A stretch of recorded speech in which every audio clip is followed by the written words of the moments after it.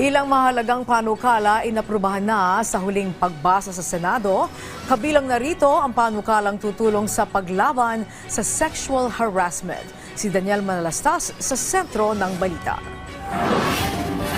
Sa unang sesyon ng Senado para ngayong taon, ilang panukalang batas ang tinugunan ng mga senador. Pasado na sa third and final reading sa Senado ang panukalang Safe Spaces Act o ang Senate Bill number 2897. 23 na senador ang bumotong pabor sa panukala. Ayon kay Senator Grace Poe, makatutulong ang panukala na panglaban sa sexual harassment. It helps ensure that sexual harassment does not occur in environments where individuals expect respect, such as public spaces, workplaces, educational settings, or online platforms.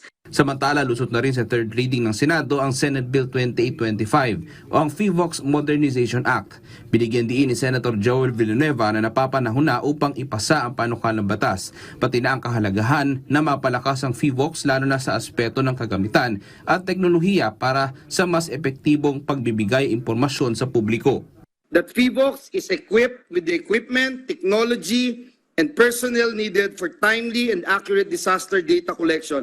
With this measure, Mr. President, the capacity of FIVOX would be strengthened to expand their monitoring network, enhance their research. Samantala, lusot na rin sa third reading ng Senado ang panukalang bagong term of office para sa barangay officials at miyembro ng Sangguniang Kabataan. Daniel Manalastas para sa Pambansang TV sa Bagong Pilipinas.